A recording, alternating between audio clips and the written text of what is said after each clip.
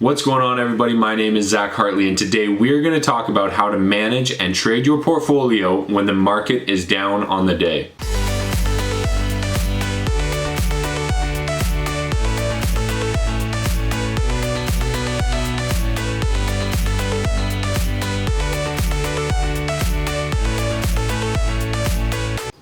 Alright, so if you're new to the channel, please consider subscribing. I'm posting videos almost every day of how I manage my personal portfolio and the tips and tricks and strategies that I use. And if you're interested in learning any of them, I also have a free course. It's linked down below in the description to this video. But without any further ado, let's get right into it. Okay, so today was a bad day. Jump into my screen here and I'm going to show you the chart. So this is the NASDAQ. As you can see, we lost 500, 600 points. The Dow Jones Industrial dropped pretty significantly as well. The world market is doing okay. This is the world minus the US, and the S&P 500 had a bad day as well. So you could pretty much chalk this up and say this was a bad day for the US market as a whole, which is where I and most of the traders have most of their exposure. So what we need to talk about is, how do you manage a day like this? Well, there's two things you need to do. Number one is take a look at your portfolio and say, are there any stocks that I need to get out of? When you have a down day like this, it could be the start of a new trend, the sign of a reversal, or the start of a new pattern. So what you want to do is look at your stocks and say which ones are most susceptible to this down day. Now, the big key here is what caused this down day. Was it caused by COVID? Was it caused by an interest rate? Was it caused by some other factor going on in the market? For instance, if it was COVID and you own airlines, you may want to consider getting out of your airline stocks. If it was an interest rate, you may want to consider getting out of your bank stocks. Different factors like that can influence what stocks you should be looking at. But what you should do is say, okay, here's my portfolio. Here are the 1, 2, 3 stocks that I'm concerned about. And then you should dive into the charts and say, do I need to exit these positions? Do I need to get out? Do I need to take a loss? Do I need to lock in my profits? Is it time to leave these stocks? So that's the first thing you need to do. And then the second thing you need to do is say, hey, okay, we've got a dip here. We've got some weakness in the market. The day was bad. Is there any stocks that I should be looking at as a buying opportunity? Are there any good stocks that I want to buy the dip? Some phenomenal companies that I believe in, that maybe there's some weakness in the price and it's a great opportunity to buy? Or are there just some other companies that are showing some exceptional value and now it's time for you to get in? So I'm going to show you an example of this and what it looks like in my portfolio, and we're going to go through it right now. So this is what the markets look like. We just went through that. Let's go to my holdings. And as you can see, I own about 7 shares right now. So Facebook, Good Food, and Google. I also own Apple, Amazon, Microsoft, and Tesla. So we're doing pretty good on all of them. Apple is by far doing the best. And the two that I'm concerned about are Good Food and Tesla. So let's dive into that in the charts and see what they look like.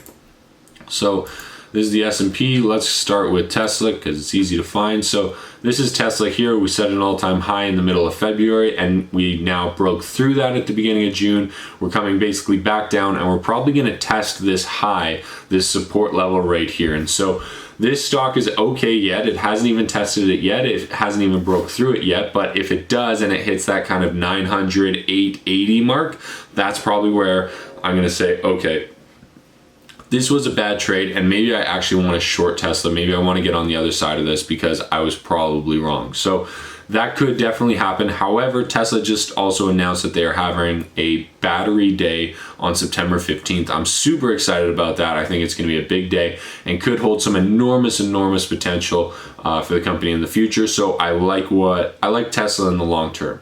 Now, the other company I was looking at was Good Food. There's another company I like in the long term, and as you can see here, I basically drew a support line here around this 420 mark, and it has bounced off this support line 1, 2, 3, almost 4 times, and it looks like it's probably going to bounce off of it again, or at least test it again. So it hasn't broke through it yet. If it breaks down to this kind of 375 mark, that's when I'm going to be a seller and say, okay, take my loss. It was the wrong trade, got in at the wrong time.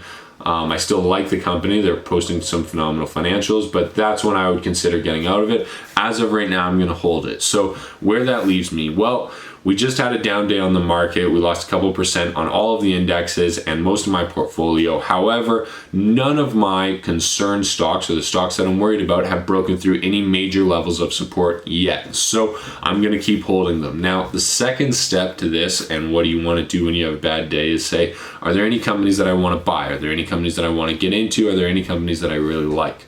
Well, one of the companies that I really like is Square. So I've been looking at this company for a while, and if you look, they dropped all the way down to $35, $37 on a couple different days, and now they're trading at over $100. So I really like this company. I think they have some phenomenal upside. They have a great technology, a good platform, and what they're doing and the strategy they're going, I really like it. I really appreciate it, and I think they're doing a good job. So this is a company that I might want to get into. I'm going to zoom in here and just see what it looks like on a little bit shorter time frame.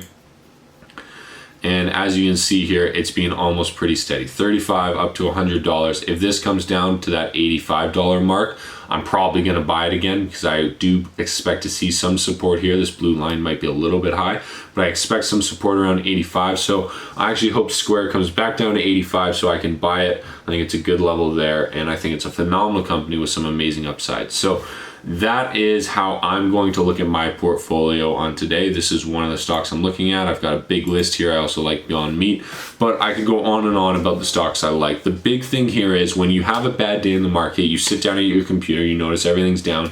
What you need to do is say to yourself, okay, is there anything in my portfolio that I want out of my portfolio that isn't working for me that I need to get rid of? And are there any opportunities that this weakness is giving me? So when the market drops like this, are there any great companies? Are there any good companies, good long-term companies that you can get into where you're just getting in at a cheaper price? It's a dip in the market, you're buying the dip, and you're getting in at a reasonable rate or a little bit of a discount compared to what you could have got in at. And now you have a position in a company that you're proud to own. So that's how you should think of it when the market goes down like this. Sometimes it's good, sometimes it's bad, but it can definitely be an opportunity, and that's where traders can capitalize. So if you have any questions, shoot me an email, and if you got anything out of this video, please remember to subscribe. And there's also a link below for a free course on all the strategies that I'm using here, so I'd encourage you to sign up. All I need is a review. I don't need your credit card or anything else. Please consider it, and thanks a lot. We'll talk to you soon.